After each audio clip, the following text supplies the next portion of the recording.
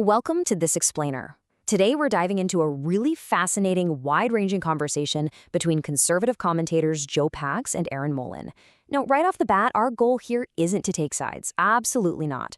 We're just here to impartially break down the core ideological arguments that are really driving right-leaning alternative media today. By unpacking their dialogue, we actually get a crystal clear window into how these platforms view literally everything, from local city politics all the way up to the global stage. Okay, so let's take a quick look at our roadmap.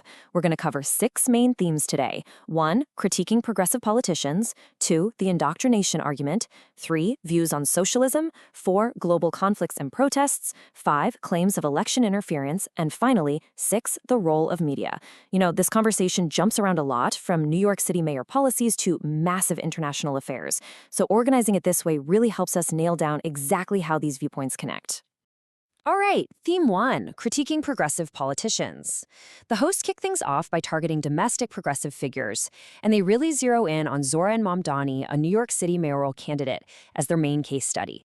They bring up this direct quote from Mamdani regarding the Prime Minister of Israel to frame what they see as incredibly extreme, inaccurate, and downright dangerous political rhetoric. To Pags and Molan, statements like this aren't just your standard political disagreements, right? They see them as glaring warning signs of a much broader ideological shift that's threatening Western civilization itself. And that leads to this really stark contrast, which highlights their main overarching critique. They basically argue that a lot of progressive politicians are just straight-up frauds. They point out how some figures project this gritty, from-the-streets, working-class persona, but then contrast that with claims of their super-privileged backgrounds.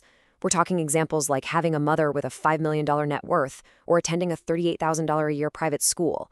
So the core argument here, it's that these leaders are totally inauthentic actors, pushing an agenda that they themselves are completely insulated from. Moving on to Theme 2, the indoctrination argument. Let's see how this ties into their explanation for why young voters even support these politicians in the first place. Because, if these politicians are so inauthentic, why do they have such a massive audience? Well, the speakers define the root cause as indoctrination. They claim that the American education system, literally from preschool all the way through college, is systematically teaching kids that their own country is inherently racist, evil, and built by colonizers. In their view, this systemic process essentially strips away a student's capacity for critical thought when it comes to evaluating progressive policies. Erin Molan really hammers this point home. She suggests that because young people are supposedly taught to just despise their own country, they become incredibly susceptible to a mindset she calls suicidal empathy. It's a pretty intense phrase, right? Essentially, they're arguing that voters are basically conditioned to cheer for the exact policies that the hosts believe will ultimately destroy the nation. Which brings us to Theme 3, views on socialism.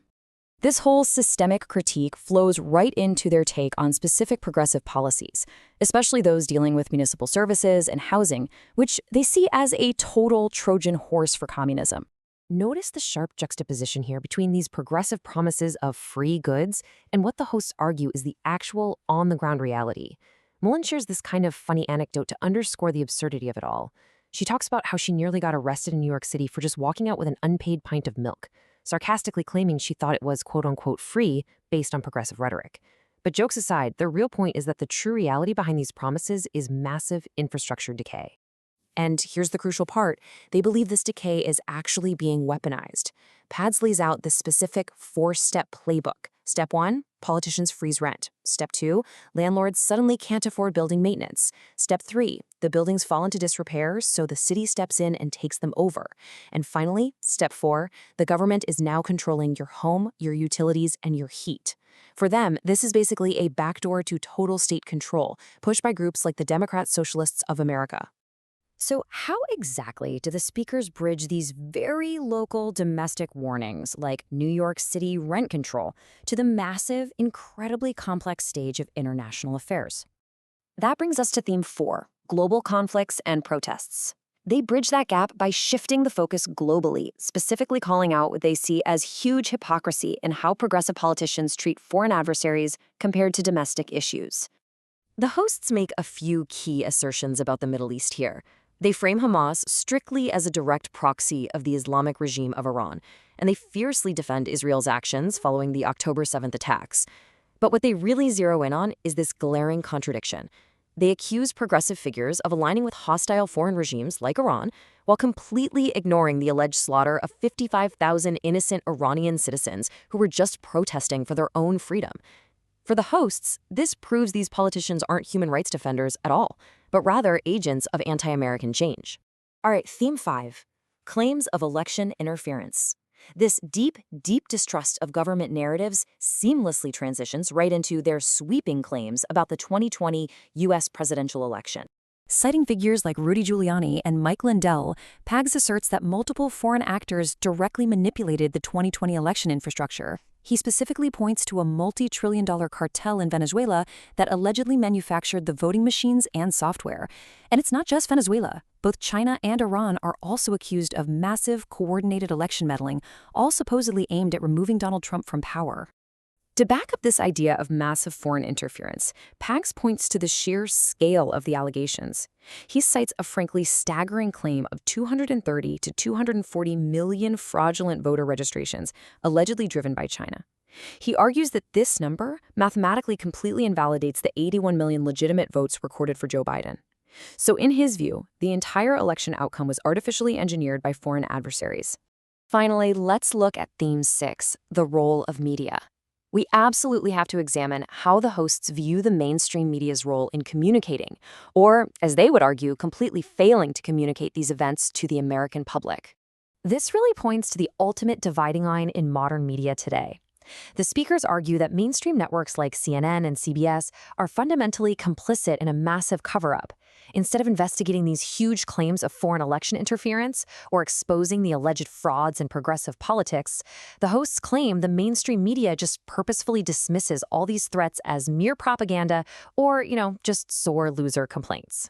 Molan insists that this alleged media blackout is incredibly dangerous.